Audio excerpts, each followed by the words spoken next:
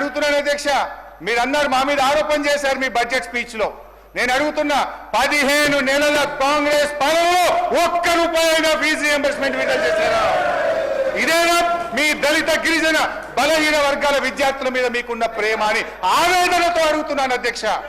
మీరు అంటున్నారు మమ్మల్ని విడుదల చేయలేదని.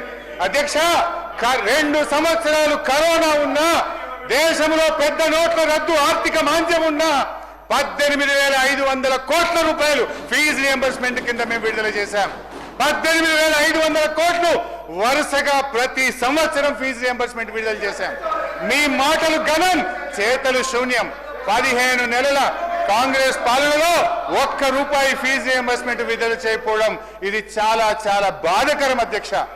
అధ్యక్ష, విదేశీ విద్య విషయంలో కూడా అధ్యక్ష, కేసీఆర్ గారు ఈ దేశంలో ఎక్కడ లేని విధంగా అప్పు లేదు అధ్యక్ష.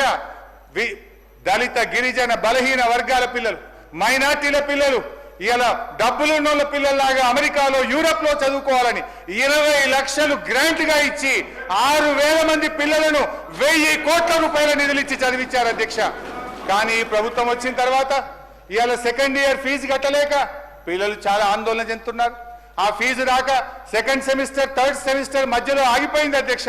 నేను దయచేసి బట్టిగా అది కోరుతా ఉన్నా. ఎస్సీల కోసం అంబేద్కర్ ఓవర్సీస్ స్కాలర్షిప్, బీసీల కోసం జ్యోతిరావు పూలే ఓవర్సీస్ స్కాలర్షిప్, మైనార్టీల కోసం సీఎం ఓవర్సీస్ స్కాలర్షిప్స్, బ్రాహ్మణుల కోసం వివేకానంద ఓవర్సీస్ స్కాలర్షిప్, వీటన్నిటికీ పెండింగ్ నిధులు విడుదల చేయండి. పిల్లల విలువైన విద్యా సంవత్సరం కొనసాగే విధంగా చూడండి.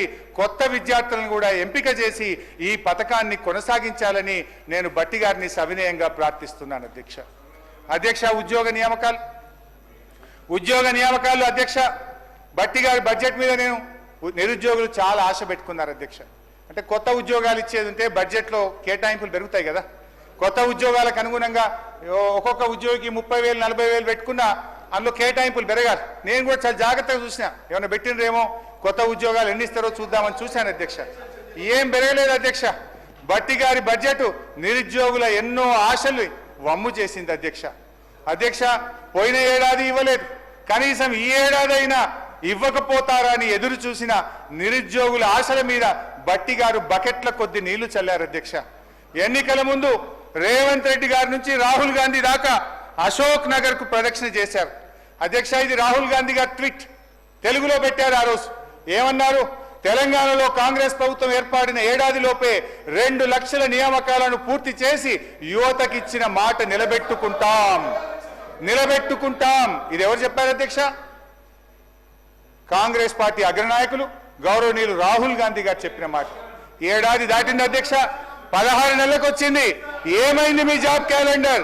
ఏమైంది 2 లక్షల ప్రభుత్వ ఉద్యోగాలని చెప్పి నేను అడుగుతా ఉన్నాను అధ్యక్ష. ఆ రోజు నిరుద్యోగులను రెచ్చగొట్టారు, ఊరూరా బస్సు యాత్రలు చేయించారు, వారిని నమ్మించి ఇలా నిండా ముంచారు అధ్యక్ష. ఉల్టా చోర్ కోత్వాల్ కు డాంటే అన్నట్టు టీఆర్ఎస్ ప్రభుత్వం ఒక్క ఉద్యోగం ఇవ్వలేదని దుష్ప్రచారం చేశారు అధ్యక్ష. ఇక్కడ ఒక మంచి పాయింట్ అందరూ కూడా విని అర్థం చేసుకుంటే మంచిది. తెలంగాణ ఉద్యమం ఎందుకు వచ్చింది అధ్యక్ష? ముల్కీ రూల్స్. 610 జీవో ఎందుకు వచ్చింది అధ్యక్ష? స్థానిక ఉద్యోగాలు స్థానికులకే దక్కాలి, మా ఉద్యోగాలు మాకే కావాలి. దాన్ని సాధించిండు ఇవాళ తెలంగాణ తొలి ముఖ్యమంత్రి కేసీఆర్ గారు. అందుకోసం, ఎందుకంటే ఆ రోజు ఏముండే అధ్యక్ష అంటే, గ్రూప్ 1లో 60 లోకల్, 40 నాన్ లోకల్, గ్రూప్ 2లో 70 లోకల్, 30 నాన్ లోకల్, గ్రూప్ 4లో 80 లోకల్, 20 నాన్ లోకల్ ఉండే. ఇట్లా నాన్ లోకల్ పేరిట మన ఉద్యోగాలు పోతున్నాయని ఢిల్లీకి స్వయంగా వెళ్ళి 4 సార్లు తిరిగి 95% ఉద్యోగాలు స్థానికులకు దక్కే విధంగా రాష్ట్రపతి ఉత్తర్వులను సవరించి ఇవాళ బీఆర్ఎస్ ప్రభుత్వం నిరుద్యోగ యువతకు మేలు చేసింది అధ్యక్ష.